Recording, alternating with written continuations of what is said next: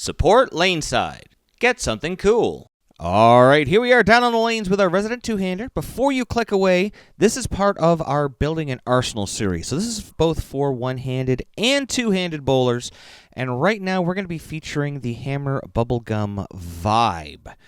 Now, most of you out there have heard of the Vibe series before. This is a very storied ball. The core has been used for a long time with a lot of success. Almost everyone who's thrown a Vibe has loved this ball.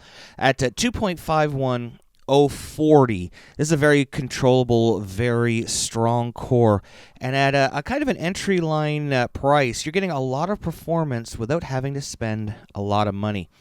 Now you could see on that last shot how much this ball moves laterally. It went down about as far as my benchmark ball. Maybe even a little bit farther, but you could see its lateral motion was so much more, and that's because of the surface preparation. Now, with this HK22 CT Max Pearl at 500, 1,000, 2,000, and then compound, this is a very, very fast response surface preparation. It's going to see the mid lane, it's going to see the friction, and it's going to want to make a move very quickly depending on which direction your ball is rotating in. So the more side rotation, the more it's going to want to really jump laterally. Now this ball is designed for light to medium oil, and if you think about it, this ball is, you can think about it as a medium late hook ball for those medium patterns, because you can see this is not what I'd want to throw out of the box. This would be something I'd want to go to after I'd thrown my benchmark ball, when I started to move laterally, when I have a more defined friction point. However, on lighter oil, when there's not going to be as much distance or volume, this actually might be a ball up because of the amount of hook that's available in it. You still think with an 042 differential, it's got around 4 inches of flare naturally built into it. So you can see it wants to change direction. So for lighter oil players, if you're in a recreational league with not a lot of oil, this is going to be something that you can throw right out of the gate. But for medium patterns or sport patterns with a medium volume, you might have to get a little straighter with this ball. You may have to actually wait until you blend the pattern out because it's going to want to move laterally so quickly. Now, if you remember back to the scale that they put on these hammer balls, it's only a 19.75, I believe, because the core and the cover are only kind of medium numbers. At 1 out of 10, they're in that 5-6 range. But the finish on this is so strong. And then combined with the properties of this CT Max, the HK22 CT Max, we know it's going to change direction. I mean, if you remember back to the Arctic Vibe with the hybrid version that was quote-unquote smoother, it still hooked a lot down lane for us. So for us, you can see how deep I can get with this ball and still get it to recover as long as I have a defined friction point. And that's going to be the important part with this ball.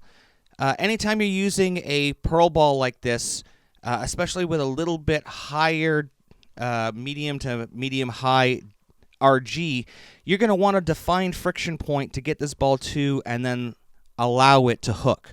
So this is going to open the lane up for you a lot.